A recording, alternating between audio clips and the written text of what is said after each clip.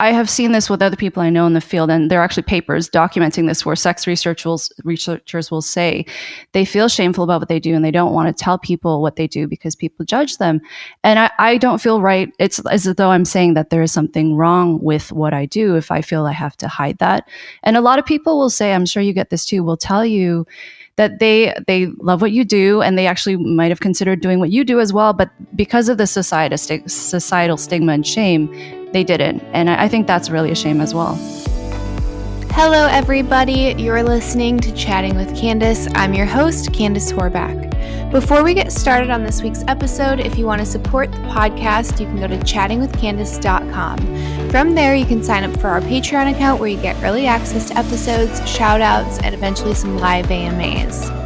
You can also click that little link that says Buy Me Coffee. Both things help me out a ton. Every dollar counts, especially because I'm just getting started. This week, we have our first return guest. We have Dr. Debra Soh. I was really excited that she wanted to come back on and discuss a little bit more about herself, as well as some much requested content around fetishes, sex, and porn. So this is going to be a lot of fun. I hope you enjoy the episode. First of all, thank you for coming back on the podcast. You are my first repeat guest, so that's awesome. Like a little milestone. I was really excited because we didn't get to talk a lot about you, and there was a lot of other topics that a lot of my listeners were like, oh, why didn't you talk about fetishes or porn or sex addiction, all of these things. So first, I wanted to kind of get into what got you into sex research, because I feel like you talked a little bit about it in your book where it's a little bit taboo, even though you're on the research side. And I find that there's got to be maybe like a sense of authenticity in that decision making for you. At least it was for me when I decided to get into the business. It's like, you know that this is taboo and some people are going to be like, what are you doing? This isn't the right thing. But you like remained true to yourself and your values, and then you steered in the direction that you saw fit. So what was your journey there? Absolutely. I would say, sex it still remains really taboo today, as I'm sure you know. And I think that's really unfortunate. I don't think there's any reason why it should be so stigmatized. So for me, I just happened to come across sex research when I was still in school, and I didn't know such a thing existed, but I thought it was so fascinating. And I thought it was also interesting to see people's reactions when I would tell them about the research I was doing, because I found that it would usually fall into one of two camps. People would either get really excited and say, oh my goodness, that's so cool, tell me more about it. Or they would get really put off and uncomfortable. And I do write about this in The End of Gender. And so part of my decision to continue on in sex research is because, well, number one, it was so fascinating to me, and it still remains that way. And I still keep on top of the newest studies as they come out. I stay close with many of my colleagues and friends in the field. But it's also, I just felt we should be able to talk about this in a very open way, just as we would talk about anything else. And I often give the example, if I were studying something else, like say birds, there would be no shame in that. I'd be able to talk about that all day long. So that would probably be the core reason, I think. But it also, for me, in my personal life, I consider myself to be an open-minded person. Mm-hmm. That's very important to me. And it's also very important that the people in my life are like that as well. So when you study sex, or when you write about sex research for a living, as I do now, it's a really good filter in terms of you can tell right away certain things about somebody the minute they find out what you do. And if people want to judge me based on that and avoid me and not get to know me because of that, I actually like that, because it tells me also that this is probably someone we're not going to have the same sort of approach in life. I don't think you necessarily have to agree with somebody in terms of your opinions, but I think just that openness to be willing to talk about things and understand people and to not judge someone just because they may be pursuing a line of work that you might not understand, that's important to me. I couldn't agree more. There was a really long time where I would get a lot of anxiety when it came to introducing myself to somebody, and their, line of questioning is almost standard for everyone. It's like, well, what do you do? And I hate lying. Like, it's one of my core values is like truth. So like, even when it comes down to like a stranger and like a, superficial meeting, maybe I'll never meet this person again. Like, I hate lying about what I do, because I feel like when I do that, it's saying like I'm shameful of certain decisions. So I kind of just like leaned into it, and I have a similar mindset as you do, which is like it's a great filtration process. And I've had to revisit this with like having a kid recently, and it's like, well, what do I do when other parents of his friends, maybe like you can't play with him anymore because his mom is XYZ. And I'm like, wow, that's going to be terrible. But it's also a great way of just rooting out people that maybe don't have that curiosity or that open mindset, or that are accepting. They're going to be very critical people. So I don't want them in my close circle anyways. So it's a really good and healthy way, I think, to like reframe it. Yeah, Where that do totally. you? Oh, sorry. Go ahead. I was just going to say that resonates with me too, because I feel because I have seen this with other people I know in the field, and there are actually papers documenting this where sex researchers will say they feel shameful about what they do and they don't want to tell people what they do because people judge them. And I don't feel right. It's as though I'm saying that there is something wrong with what I do if I feel I have to hide that. And a lot of people will say, I'm sure you get this too, will tell you that they love what you do and they actually might have considered doing what you do as well, but because of the societal stigma and shame, they didn't. And I think that's really a shame as well. So where do you think that comes from, or I guess is lingering from? Especially because you're like this professional researcher, you're looking at it from a much more sanitized way, if you will, versus like what I do. Like I get people having an issue with what I do, but on your end, I'm like, what's wrong with that? We should be researching this thing. It's a biological need, really. So we shouldn't leave it unattended. So where's that coming from? I think it's comfortable for people to just not question the ideas that they have. I mean, for you, I find it really hypocritical that people would judge someone like you, because I would say the vast majority of people enjoy looking at porn. So, why are we punishing people who do that line of work? I think it's like anything. It's just it's uncomfortable to question your values in some cases, and because there aren't many people out there saying the things that you and I say. I think that's part of it too. Mm-hmm. Yeah, just not enough voices, because judgment sucks on either end, right? Like you don't want to feel like a bad person, or you don't want to feel like you're not accepted. But at the same time, you want to be like authentic to yourself. So when you were doing research, what were your like main areas of focus? I was using brain imaging techniques, so that includes functional MRI, or better known as fMRI, structural MRI, to look at human sexuality. So I was looking at paraphilias, which are unusual sexual preferences. I was looking at hypersexuality, which is known more commonly as so-called sex addiction, and as well porn addiction. We can talk about those two topics because they don't actually, there's no research to bear them out in the context of being addictions. There's definitely some people struggle with excessive sexual behavior, but I wouldn't call it an addiction. And then I was also looking at sexual orientation and gender. Mm-hmm. So with the sexual, would you say paraphilias? Paraphilias, is that's similar to fetishes? Yeah, so a fetish is technically a sexual preference for an object or body part, so it's a kind of paraphilia. But when people say fetishes or kinks, that's essentially what it is. What I was studying. And is there like a reason that you got interested in like that particular study? Because I remember, I don't know if it was like in an interview or if it was in the book, but you're like, I'm kind of like, I'm surprisingly like vanilla when it comes to like your preferences. And I was like, well, there's got to be something that drew your attention there. It's because it is so, like you said, I am vanilla. People never believe me, but I am. I'm very actually old-fashioned and traditional and monogamous in my relationship. So, when I am dating somebody. So it was a way for me to, I think, almost live vicariously through the people I interviewed. And in the context of research and doing clinical work before, I've interviewed hundreds of people about their sex lives. And I just love it because I think you learn so much about someone. And also, I love that I can apply this knowledge in other areas. So even when I wasn't doing research, people love to ask me questions about their lives or their friends' lives or people they know. And when they find out that you do this work, the people who do find it fascinating, they usually have a whole litany of questions. So I love that. I love seeing what people are interested to talk about and what they want to know. So with the research aspect of it, did you tie in psychology as well, or were you looking more of just like the neurochemistry with the fMRIs? So my degree is technically in psychology, but I was studying neuroscience because we were looking at the structure and function of the brain. So I was looking at brain networks that were involved in sexual arousal, and I was looking at the difference between men who were paraphilic. So they had multiple paraphilias, so they were very kinky. They had a lot of different. When I say, I want to be clear, actually, when I talk about paraphilias, I think whatever you're into is perfectly acceptable so long as it's consensual. So there's no judgment there. But I find it really fun because to me, it's so different. So these men were into all kinds of different sexual preferences, and I looked at their brains compared to men who were not. And I also compared them in the context of those who struggled with pornography, excessive sexual behaviors, and trying to understand what does their brain look like when they're struggling with that. Is that akin to an addiction?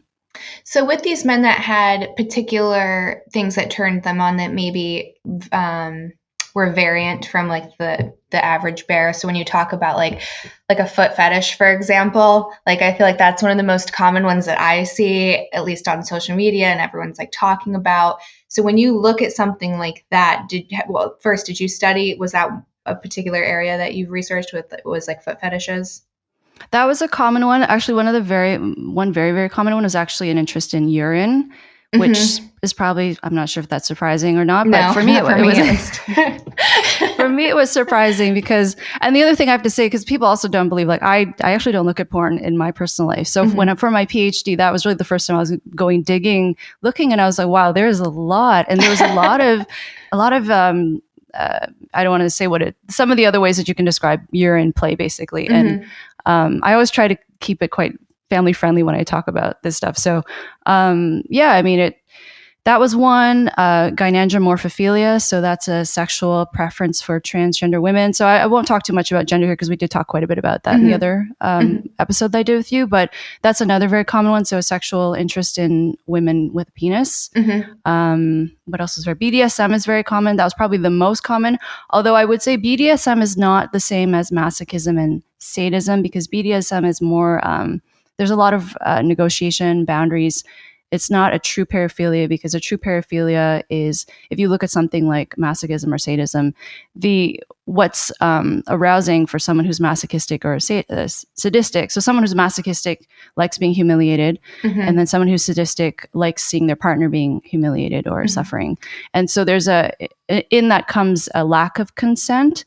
So if someone is going to role play that, then there's obviously a consensual aspect. So I think for people who are masochistic or sadistic, it's not a choice. Generally, paraphilias are biologically based, but it's your choice what you do with it. So if a person chooses to act out in a way that's not consensual, then I have a problem, and I think that should be criminal. But if someone just has those fantasies, it's not their choice to be into what they're into. So I ask that people be less judgmental or not judgmental in those cases. So did you find like a link between, I guess, like a healthy paraphilia and maybe one that maybe stems from like childhood traumas or maybe lack of confidence, like a coping mechanism, if you will? Because I find, at least in my experience of talking to a lot of men that have like these fetishes, I think there's healthy ones, and then there's ones that are kind of like a little like a light bulb, like an indicator of like you need to focus somewhere else, to like heal somewhere else. So when you were doing your research, I think the BDSM is a good example. Like I would find that BDSM is like a healthy, consensual way to explore sexuality. And then when you start getting more into like the violent type of like true, because I mean you can get into a hole on certain tube sites. There's some like truly violent performances or exchanges, and you can't deny that there's a difference there. So I would say like one is healthy and one is maybe stems from like a trauma, a psychological trauma perhaps. And I don't know if you ever like found that. So coming from the perspective of a true paraphilia is someone's primary sexual preference. So that's the thing that really excites them.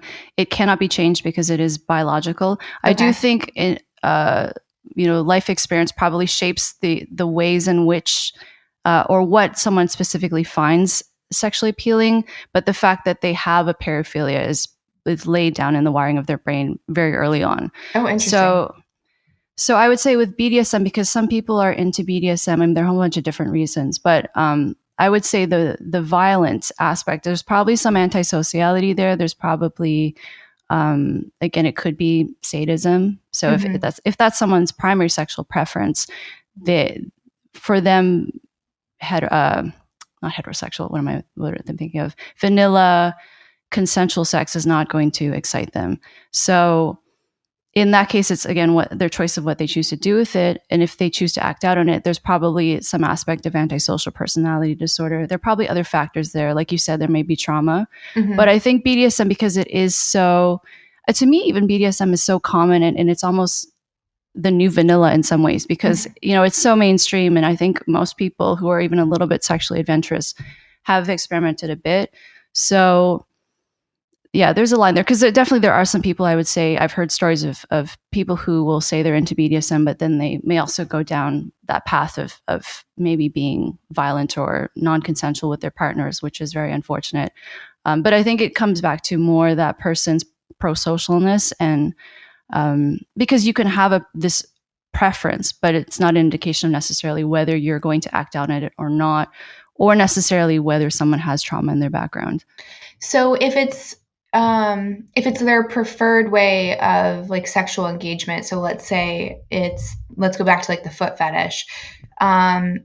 Let's say that person like has to incorporate feet play, otherwise like they can't reach climax. Would you say that becomes like problematic, or is that just like hardwiring? Like that's just part of like their biology and how they were raised, and something clicked or imprinted early on, and then that's just who they are? Yeah, they probably had some experience, maybe some positive experience with feet when they were younger, or feet is such a common one, and I don't think that's necessarily a problem or that it's pathological. It's only pathological if they are going out and interacting with their partners in a non-consensual way, so that they can have their sexual needs met in that way. But I think if men say it is primarily men, if that's what they're into and they're having difficulty finding partners who are into that, then that's not necessarily an issue with them, as long as it's a consensual, the way that they're going about asking their partners. I think for anything, it's probably good to have a conversation very early on if you are dating someone, to see where their boundaries are and to not spring anything on them, or also just not make any assumptions in general. That's my general advice to anyone when it comes to seeing whether you're sexually compatible, because I think there's an assumption in our society that if you love somebody, that you can work through anything sexually, or a lot of couples don't even talk about sex. They just assume that they'll figure it out. They get married, and I see the effects of that when they've been married for 10, 20 years and they're not having sex because they have very different expectations. So that's a bit of a tangent, but I would say, if you have an unusual sexual interest or preference, I don't think there should be any shame or guilt about it, and just to seek out partners who are happy to indulge you, just as you should be happy to indulge them. That's great advice. When it comes to pornography specifically, I've heard a lot of arguments that watching too much of it is going to kind of create an addiction, and then through that addiction, it increases your tolerance just as a drug would. And then that's why you get people that start watching the questionable content or the illegal content. And it's not that person had predispositions, it's that it's the porn that's the problem, and it's the dopamine hits by tube sites and having like that suggestion pull on the left. That's like, okay, well, keep watching, and watch as it like slowly gets more questionable. And then all of a sudden, I mean, it's kind of a leap from what we were just talking about, but I was watching this documentary, and this one of the founders was blaming pedophilia on porn, and he said that the reason that pedophiles exist is because of a porn addiction, and that tolerance just gets so distorted that that's the only thing that can get them where they need. And I'm like, that I obviously am a little bit biased because I come from that industry, but I just feel like that's a huge overstep, and I would love from a scientist's perspective for you to kind of break that down. Right. So I'll start with the part about pedophilia. Definitely watching too much porn is not going to lead someone to become pedophilic, because pedophilia is a paraphilia. This is actually one area that I did study as well. My supervisor had $1 million grant from the Canadian government to do brain imaging research on pedophilia, because sexual offending is one area of research that does get funded quite readily, because public safety is very important. Mm-hmm. And we obviously want to protect children and protect potential victims. So it is biological sexual. So pedophilia, I should define it too, because I think sometimes people can think it means certain things that it doesn't. It's a sexual preference in children under the age of 11.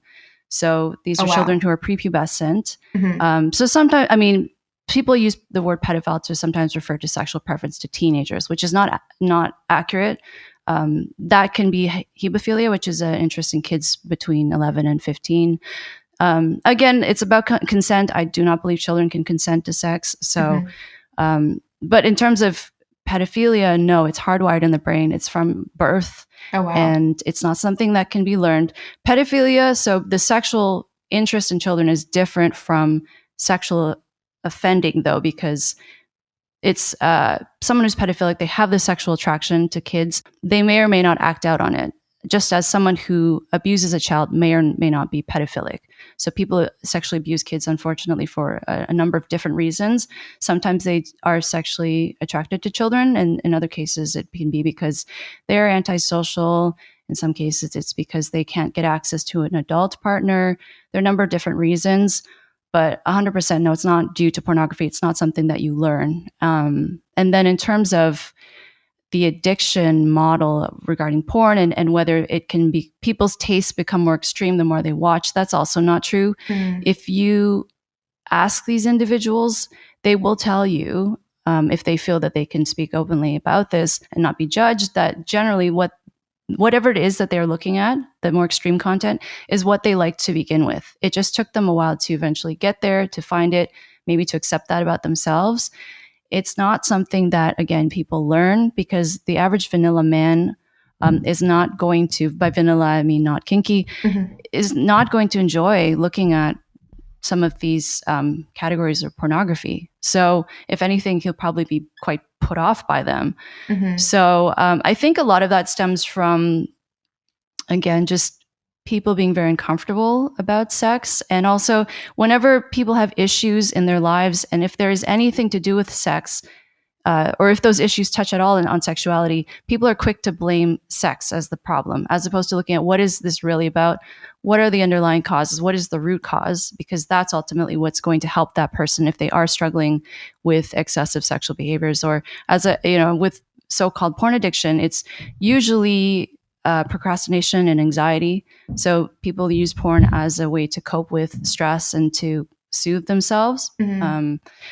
And so if you give them better coping strategies so that they don't rely on pornography to feel better, then the problem goes away. They're not as reliant on it. They're not spending hours. I mean, some of the people I would talk to spend 12 hours a day looking at porn, which is really extreme and obviously affects their relationships. So some people get upset with me when I say this, because they're struggling, and I understand, or they've had relationships that have been affected by a partner who is struggling. And I definitely empathize with them. And I'm not saying that what they feel is not real. But again, I think if we want to help people who are struggling with this, it's important to talk about it honestly, and to just call it an addiction and say, in some cases it's because someone does experience a lot of guilt about even having sex, period. So they may not even have a so-called problem with sex, and maybe just having a healthy sex drive, but they consider themselves to be an addict because they feel guilty about that. So when it comes to addiction, I think that's also important to define. So the little bit of reading and research that I've done on it is the definitions vary vastly. And there's the old school model that's addiction is a disease and there's a gene, and you're kind of this helpless participant, not by your own decision making. It's just you were predispositioned and you found yourself an alcoholic, or you found yourself a sex addict, or whatever these things are. And then a lot of the newer neuroscience is saying that it's not necessarily a disease, that there's no gene that's kind of been like pinpointed and we say, like this is the gene for alcoholic, or for alcoholics, this is the gene for someone who's going to be predisposition to sex addiction or what have you. It's more of like habits that have formed, and then these neuro pathways that are just kind of getting deeper and deeper and deeper, and that's why you keep doing it. So it's all of the things that lead up to the drink or the porn. So it's like, well, what are your triggers for that? So I guess like, would you say that which camp do you fall in as far as like disease or not, or more of a habit? Probably, well, I suppose it depends. I would say with drugs and or illicit substances and alcohol, I mean, the definition of addiction is repeated use of something in the face of negative consequences. And my understanding is usually there is a genetic component to it. Mm-hmm. But that's not to say just because something's biological or someone has a predisposition that they don't have some will or say in terms of the decisions they make. Mm-hmm. But I think when it comes to anything about sex or porn, I wouldn't say it's addiction. I would say, again, it's about, I mean, there are a variety of different presentations. So with porn, I would say it's usually procrastination, anxiety, coping skills. With, say, so-called sex addiction, in some cases, it's just people who are very good looking or they have money and they just want to enjoy themselves. And they're probably better off not being in a monogamous relationship, because if you are a man and you have women throwing themselves at you, this doesn't justify cheating, of course. Mm-hmm. But if you sit and talk to these men, they're just in some cases a little bit entitled, and they think they should be allowed to have sex with whoever they want, and even if they are married. So in that case, it's just saying, well, maybe you're better off not being in a monogamous commitment. And is it really a problem in that case? Is it that you're addicted to sex or you just enjoy it? And it's a problem because you've committed yourself to someone else and it's not fair to that other person. But when I look at, say, 2 years ago, there was a lot in the media about so-called sex addiction, people, Mm-hmm. celebrities going off to sex addiction treatment. And I think it's just an easy way for someone to not take responsibility, as much as I feel bad saying that, to just call themselves an addict and say, well, I have this, and this is to blame for the choices I make. In other cases, it's, as I say, some people just feel really guilty about having a healthy sex drive. I think also in a lot of cases, I mean, as human beings, it's very normal to find other people attractive or to even want to have sex with other people and fantasize about other people, even if you are in a committed relationship. And I think because that makes people uncomfortable, they think that's a problem. Or because it makes their partner uncomfortable, that's a problem. And Mm-hmm. there's a difference between how you feel and what you fantasize about and what you actually do. So again, I think if you're in a committed relationship, you should not be cheating. That's not ethical. But it's very natural to want to, again, with porn, it's very natural to want to look at other people who are naked and to find that arousing. And if we could just accept that in society, I think that would take away a lot of the misconceptions around so-called porn addiction, because a lot of people feel, especially if they do have any sort of guilt around those feelings, that their desire to look at someone else must be a problem and that must be pathologized. So do you think part of it's also like an impulse control issue? Like the fact that they're acting on this and knowing like I shouldn't watch porn for 12 hours a day because I need to actually go out and live and, have these real life relationships, and I have work and these responsibilities. And the same when it comes to someone that has an alleged sex addiction, it's like, well, there's a difference between acknowledging that I find this person attractive and then acting on it, knowing that it's against the rules or parameters of your relationship. Sexual compulsivity is included in the ICD, which is the International Classification of Diseases. So that's Europe's so-called psychiatry Bible. It is not included in the DSM, which is the Diagnostic and Statistical Manual of Mental Disorders. So I just wanted to clarify, because from a medical perspective, it is classified as, as you mentioned, an impulse control disorder, but it's not classified as an addiction. Mm-hmm. So yeah, for some people, definitely. I mean, I guess you could see it from that perspective, but again, it's a different way of conceptualizing it and treating it from addiction. Because with an addiction model, you would say, okay, well, you just can't have sex. And I don't think for someone who's struggling with hypersexuality that they necessarily have to stop having sex for the rest of their life. I think that they just have to find better ways of managing their time probably, and also figuring out what is it they're really struggling with, and then how can they incorporate their sexuality in a healthy way. But I always just want to say that for me, I don't have because people often will say she used to write for this magazine that had naked women in it, so of course she's going to say that. But I've had these views. If you go back before I was a journalist, when I was a researcher, I had the same views. And as I said, I'm just about the data and facts. So wherever it takes us, if they do start to show that with, say, brain studies, that there is the reward network is changing over time as a result of this, or that, that it is actually an addiction, then I'm happy to change my perspective. But I just think a lot of the discussion right now is really unhelpful for people who are struggling because it's not accurate.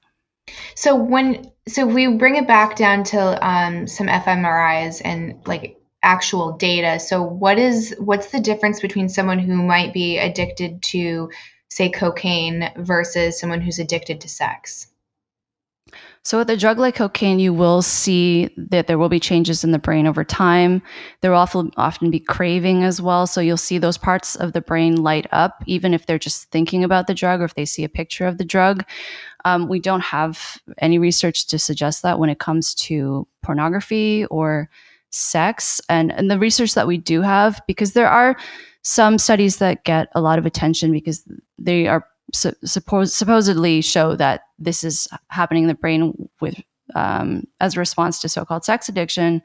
But when you look at how they define hypersexuality, usually it's very, very muddied, that the people who take part in the study are they are not very similar. So you'll have someone who say in a study looking at so-called porn addiction, mm-hmm. someone will self-report, say, there's one study that got a lot of attention, and I looked at the methods, and some of the people in the study would be looking at porn once a week for under an hour. And I'm thinking, to me, that's not really a problem. When you look at some of the people who are looking at it for 10, 12 hours a day, that to me is a problem, unfortunately. So they shouldn't be lumped together as one, because the results that you find are not going to really speak to either. And then the other thing I would say is also because, as far as I know, no studies have looked at the paraphilias in that context. So if someone has a paraphilia, their brain is going to look different from someone who's not. And if you're not asking these questions as part of your methodology, again, you don't know what's going on with the people that you're scanning in the brain scanner. So I think I'm definitely in support of more rigorous research being done. I think that's very important. I think it's excellent that we have the technology, and the technology continues to improve. But my issue is just when people are quick to jump on a study because they think it fits a particular narrative and they run with that. And because I would say also, surprisingly, it's pretty hostile terrain to counter anti-porn activists. They can be very aggressive, and some people in the field have really had to deal with a lot of harassment and intimidation from them. In my last conversation with you, I talk about how trans activists are bad. Well, anti-porn activists are pretty bad too. I'm not sure if you have had to deal with them, but that's another reason why people don't want to touch the research. Oh, that's so interesting. No, I mean, I've seen some of the damage that those campaigns can do. I personally haven't been affected by it, so that's fortunate, because I just don't have the bandwidth to deal with any more negativity. So there's, I guess, where did the myth then, because we do know with drugs or alcohol that threshold changes, right? Like your tolerance changes, and then that's where you start seeing like really negative, at least physical health implications start to occur. So where did the myth start with the threshold of like porn or sex start taking place? Because as you said earlier, if someone was being honest and had like this open space to communicate, they would have said like that end content is what they had always been interested in. So where did that narrative come that, they started here at just very like vanilla, just regular sex, and then they ended up all the way somewhere, in the dark web? I would say very early on, when this started to become something, I don't want to call it an industry, but I'll call it an industry. When people start to try and understand this and ways of treating it, it was overlaid on the addiction model. So I think that was just an early way for people to try and make sense of it. And I think it also helps people distance themselves from, I'm not saying this necessarily, but people who struggle with this problem, but maybe the people treating it, or they found a way to make it a little bit more palatable, I would say, for people to talk about, and also for the partners to talk about, because it's understandably really distressing and hard on someone if you're in a relationship with someone who is struggling with this, and it's very shameful to talk about it. You can't really talk about it. I mean, the people I would see in my research, unless they had a very strong social support, they were very isolated, because it is such an embarrassing thing to struggle with. And it's also really difficult for their partners, because even they don't want to tell family members or friends about it, because there is such a stigma around sex. And then also if you have problems with sex. So I think that model probably also helped to lessen the stigma, even though I don't think it's necessarily helpful in terms of, let me be very careful with how I say this. I would say, I just think if you talk to these individuals and see what they're really struggling with, you'll see that other methods are probably helpful in terms of helping them deal with it. But yeah, I would say the stigma is a big part of it. And also that if you actually go and look through the criteria for when you're diagnosing, quote unquote, diagnosing someone, they will pathologize a lot of behaviors that to me are not pathological. So something like, again, fantasizing about, let me think of a specific one, actually. Something like voyeurism, I believe, is one of the criteria. It's been a while since I actually went through the list, but something like voyeurism, if you feel the need to, say, look up women's skirts, that's not okay. That's not consensual. If that's something, that's the kinky thing that you do with your partner and you both agree to it, that's one thing. But in this context, say, where it's a sexual offense, it's not appropriate to categorize it as an addiction, because you need to understand that if it's a paraphilia, which voyeurism is, this is not something that's going to change over someone's life. And anytime that they want to have sex, that's the thing that they're going to want to do. So it's very different from saying this is something that we should treat as an addiction, in which case they're not looking at the antisocial aspect of it. And they're also basically saying in some way that, I think it becomes something more about how we talk about it and how people identify, as opposed to what's really going on. So have you worked with a lot of couples that one of the partners is going through, I guess they're both going through it, but that has an issue with sex and an issue with like remaining monogamous? So I don't do clinical work anymore. I did not work with couples, but in terms of the people I did see, for many of them, some of them just weren't aware that being non-monogamous was an issue, because I think in society we are very much told that there's one way to do relationships and sex, and that's the only acceptable way.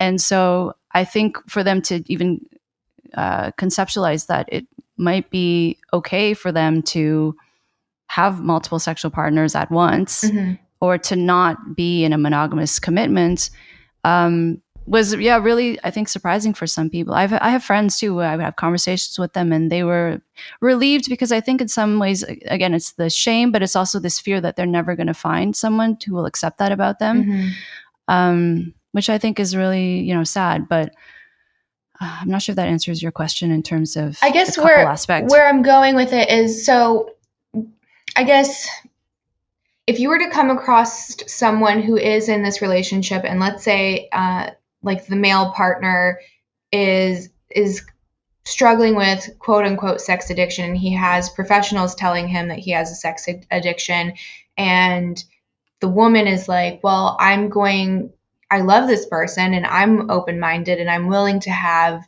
an abnormal relationship, if you will, or a non-typical relationship, will be an open relationship, but this person is still like, they're still going behind the back. There's still the deception. There's still the cheating. So for me, obviously, like the relationship that me and my husband have is obviously very atypical, right? Like I shot porn for a bunch of years, and that, we had to very much curate our relationship and the parameters of our relationship. And we still had rules and we still had boundaries. I think a lot of people think that when you have an open relationship of any sort, that it's just like a wild free for all. And I know a lot of people where that is not the case. Like there's just different boundaries. So if you have this person that is saying that they have an issue with sex or an impulse issue with sex, and you have one partner that's so open and they're willing to have this atypical relationship, this open relationship, but there's still like the lying and the deceiving, and they're still breaking those very broad boundaries. What's that about if it's not like an addiction? What is, I feel like there's something there, but I'm not a professional, so it's hard for me to pick apart. I would say it's hard to say without actually speaking with, say, this hypothetical couple, but I'd probably say it's the antisociality. So it's someone who only cares about themselves, and they see other people just basically as a way to facilitate what they want. So it definitely, I would say, I'm monogamous, but with people who are doing consensual non-monogamy, there can still be cheating, totally, and disregarding boundaries. And so yeah, I would say that's usually, from what I've seen, that's what it is. It's someone who just doesn't have any sort of care or respect for other people. And the thing to keep in mind, if say your audience is listening and they may know someone like this, if someone has antisocial personality disorder, I mean, I would probably advise against diagnosing people in your life. But say if they have been diagnosed, or you've noticed certain things that seem to stand out in terms of this kind of behavior, where they are constantly pushing boundaries, they really enjoy taking advantage of other people. So even outside of sex, antisocial people, they really enjoy when they get one over on someone, or they really have managed to deceive people. They really take pride in that. They'll usually brag about that. Those are huge red flags, because someone who has this personality disorder, it's not going to change. Personality disorders are with someone for life. And so it's just about managing them. And so this person may not be doing that to you in the beginning, but I can guarantee over time that they will do the same thing to you. So how do personality disorders work with the new information that we have on neuroplasticity? So like the idea that the brain is malleable, because has there been any changes in what we know about personality disorders, or is it still pretty much the same? Is that it's, like you said, it's permanent, and the best we can do is try to manage it? As far as I know, personality disorders are still very much something that there's no quote unquote cure for it. And I want to be clear that does not mean that that does not justify any sort of discrimination against people who have a personality disorder. I do think that they deserve support and love just like everyone else. But in the event of something like antisocial personality disorder, because it can be quite harmful to a partner, especially, that's one I would say is a little, because I've spent a lot of time working with forensic populations in the past, and they all had this. And forensic populations are an extreme example, because they've done a crime to the point where they were caught and have been placed in prison for it. But that's one of those personality disorders I feel you don't really want to get too close to. But I would defer to, if there is some research to show that neuroplasticity can change it. I'm skeptical though, because even with neuroplasticity, it doesn't tend to completely rewire, completely change someone. And because someone's personality, I mean, typically you're not going to diagnose someone with a personality disorder until they're in their teens, because that's once someone's personality is a little bit more set. But yeah, as far as I know, I don't think it's something that can be overturned, say, with therapy. It's just something that will be managed over time. Do you know if there's any research that's happening with like psilocybin and personality disorders? I'm not sure. I'm very careful when I talk about the research. I would probably refrain from saying anything, because I don't know. Oh man, I feel like that would be so interesting. Like I would love to see results on that, because you see what they're doing with like depression and PTSD, and how they're saying it rewires a lot of the connections in the brain. So I wonder if that would have an impact on something that's that substantial, because that must have been a trip. Like studying people that actually got caught for a crime with these antisocial personality disorders, because when I was in school, that was always an area that really fascinated me. And I remember I would have professors that are like, "Are you sure you want to like learn about this? Because it can get really scary." And for me, like, I just found it so interesting. I'm just like, how does a brain work to do these things? It's very dark. I'll tell you that. Yeah. I mean, we can talk more about it. I what can I tell you? I have a lot of stories. I know. But I probably please tell me. Share. It's just, for me, my decision to leave that area of research is because it was so dark. It's just over time you realize you can spend hours and weeks and years working with somebody in the context of therapy, and there's very little change, very, very little change. And it's, in a lot of cases, they have had very difficult lives from day one. But I think it is a choice at the end of the day how you choose to treat other people. And if you are committing offenses, that's not acceptable in society. I totally agree. So I guess for our listeners, can you give like some examples of what like a telltale sign would be that someone has one of these disorders? That way, like, I don't want to say like whether or not to like give up on the relationship, but just to like know what you're working with, right? So if you know if it's something that's going to be like a really tough battle and difficult to change, or if it's something else. I'm a huge proponent of therapy. I think therapy can really help. I think there should be no shame in therapy or in talking about mental health. So I would say if, say, people are dating and they come across someone who has a personality disorder, whether it's borderline or narcissistic or any of the others, I would say if that person has insight, that's really important. If they are aware that they are struggling with something, or that they have a condition that is going to affect their relationships and probably affects their functioning and their day-to-day life as well, that's really important, because I think someone who has insight can work on it, and you can have a very functional, happy, fulfilling relationship with that person. I think it's more, from what I've seen in conversations I would have with people, both in my personal life and in research, people generally can sense something is not quite right if they are dating someone who, say, has a personality disorder in the context of someone who is not managing it well, or someone who does not think they have a problem, or someone who's not in therapy. So in that case, you need to listen to your gut, because I think people generally can tell when something is not right. And as I said, it's not something that's going to change. So if someone's justifying their behavior to you, and if they're acting in a way that's really not helpful, not healthy, then that's not going to be good for you. So touching back on like the porn addiction, did you see what happened with like Pornhub? They're a company, like, they're obviously based in Montreal, and they had their payment vendors, they pulled out. So like Visa, MasterCard are like, we're not doing business with you anymore, because it was one of those anti-porn activist groups that kind of like pushed that to happen. So the result was Pornhub pulled every unverified video that was up, which I think is a great thing. So now it's only verified users can upload, so people that they know are consenting adults putting out material, which should have been the case anyways. Do you think, with the tendency that we do have to kind of get like sucked into these social media traps where we're just like swiping for these like dopamine hits, and the same thing can potentially happen with porn, as you're like something new.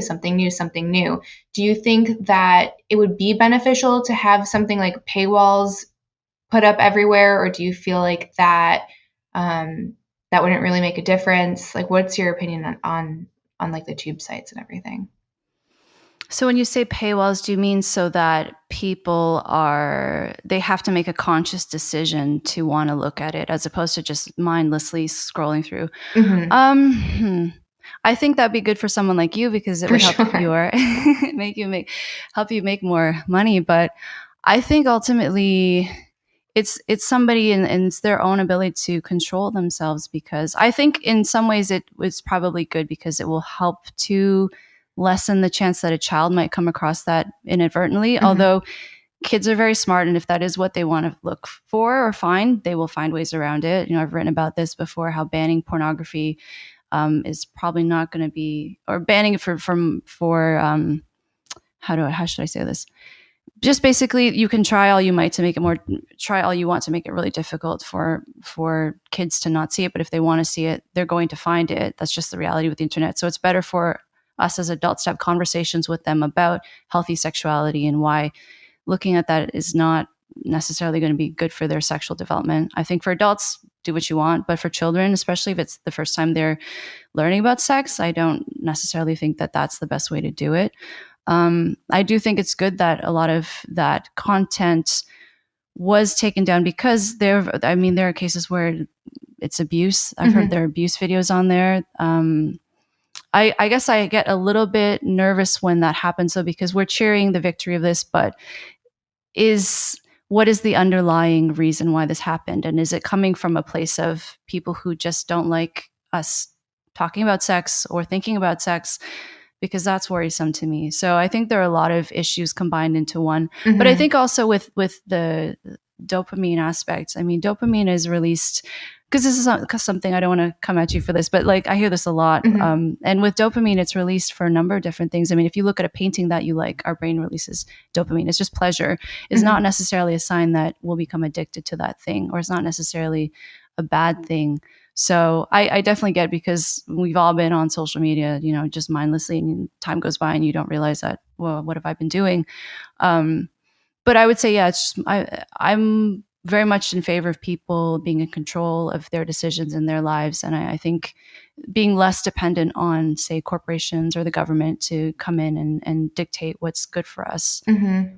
So when it comes, so my biggest reason for, I think, wanting paywalls, obviously, besides like it would make every performer more money, is I thought more about it after I had a kid, or, when I was thinking about the developmental impacts of a child like coming on to that kind of material too early. Do you see changes in like these brain scans, or can it have a lasting effect on their brain as they mature? Because I think a lot of the anti-porn conversation is that if a kid stumbles upon this material too soon, it can completely wreak havoc on their healthy sexual behavior as an adult. I don't agree with that, because I think as a parent, you have a lot of say in that. And if you are having conversations with your child about what's healthy sexuality and as opposed to, I mean, porn, as you know, it's entertainment. It's not reflective of what a typical sexual interaction is going to be like with a partner once a child is old enough to be there. So I understand their concern. I mean, most kids who do stumble across, or when they do see porn for the first time, it's not by their choice. It's usually something they weren't aware of, or they're Googling something else and they see it, or sometimes it's in an email, they weren't expecting it, if it's spam or something like that. But it is concerning, because I think the most recent statistic is something like 12-year-olds, at least half of them have seen porn already. So I think really, unless this is probably not going to make parents feel much better, but unless you are rid of the internet, it's going to be really hard for you to avoid your child stumbling across this at some point, unless they're just not on the internet at all and they don't have a phone. So I would say a better way to approach it is it's really important that your child feels they can talk to you about anything, and especially when it comes to sex or porn or anything like that, because that's how you combat this, any sort of negative effects on their development. But we don't have, as far as I know, I don't think we have any research to show what the changes in the brain might potentially be, not in children especially. So, right. And I understand for parents, I mean, it's probably not the most comfortable or fun conversation to have, to talk about with your kids about that stuff, but it is really crucial, because I do think though, for people for say someone who sees pornography at a young age and that changes their developmental trajectory to the point where they are interested in, say, being disrespectful toward their partners, I don't think it's the porn's fault. I think there are probably underlying other issues there. Again, maybe antisociality, but antisociality comes from development. It comes from parenting. It comes from potentially maybe a biological predisposition as well. But you can't blame porn for that. Yeah, I agree. I think that it comes down to having the conversations with your kids, and I don't think that watching content is going to completely shape like who they end up being. You have to lead by example. So are you respecting your partner and other people when you're around your kid? Or are you being disrespectful? Are you like yelling at the cashier? Are you saying like this is acceptable behavior or not? But that's reassuring, because I think a lot of people, like, they're like, if I'm not watching them 24/7 and they come across this material, then it could ruin them. But I think parents have a lot more control than people like to say that they do, or like more influence, I should say, over their kid than they think that they do have. Yeah, and I think understandably, parents, it's uncomfortable to think that your child is going to see this material because, we obviously a child's innocence is something that I think should be cherished, but that's unfortunately the reality we live in today with the internet, and I mean, I would say even social media. It's you can't. There's so many things that I'm not a parent, but I think have to be taken into consideration because the world is changing. It continues to change, and I don't think the way to approach it is to hide your child in a closet somewhere, not let them see anything until they're 21. Mm-hmm, mm-hmm. So when it comes to these personality disorders or like these, I've read it was like 1 in 25. Is that an accurate number? That sounds I've heard that too. It sounds very, very high to me. I think that could be traits. Maybe they're referring to traits. I would have to see the study where they got that number from. Part of me thinks it is, and I'm very much in favor of reducing stigma around mental health conditions, of course. But I think part of this desire to inflate the number is to encourage more social acceptance, which I think we can do without skewing things either way. But regardless, there are people who are struggling, so that's important to take on board as well. Mm-hmm. Yeah, I think it's important that all the listeners know, like, no one's judging here. Like, you know what I mean? We're just trying to have a conversation to spread like awareness around like these issues. And obviously watching porn for 12 hours a day is an issue. We're just trying to figure out like, what is it really? And then whether it's helping or harming by calling it an addiction. For people that are struggling with these issues around sex and porn, like what are some good, like healthy coping mechanisms that can help taper off these habits that are kind of negatively affecting the rest of their life? I would probably say number one, to seek out a sex positive therapist if you can. So, I mean, if you go to, there are a number of resources I can tweet out after. I can send them to you. That would probably be helpful. Yeah. So when I say sex positive, I'm referring to a therapist who does not pathologize sexuality. Sex positivity, I think, has come to mean a number of different things more recently. So when I say it, I'm referring to the idea that there should be no shame around talking about sex, and that people who want to have sex, that's perfectly fine and healthy. But I think for some people, there is a connotation that if you're sex positive, that means you don't have sexual boundaries, or that if you have sexual boundaries, that's sex negative. And I don't think that's true. I think people should be free to have boundaries. I think that's healthy. That doesn't mean you're not sex positive. Mm-hmm. But I would say therapy would be very helpful, to work with someone who is probably not, well, I would leave it up to people, but based on the conversation we have, I think they know probably where I stand in terms of different treatment approaches. And then I would say just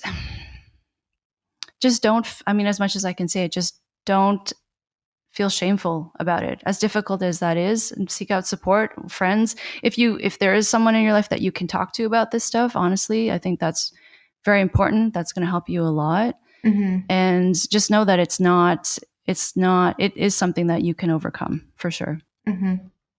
Well, I think this was great. Do you want to tell our listeners how they can support you and any projects that you have coming up?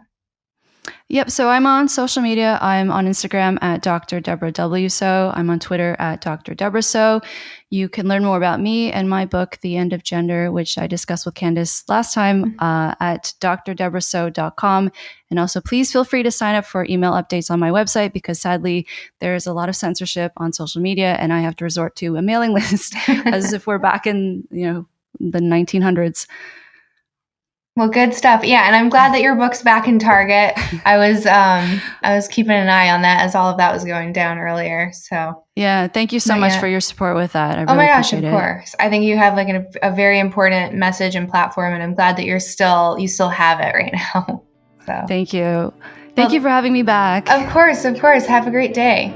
You too.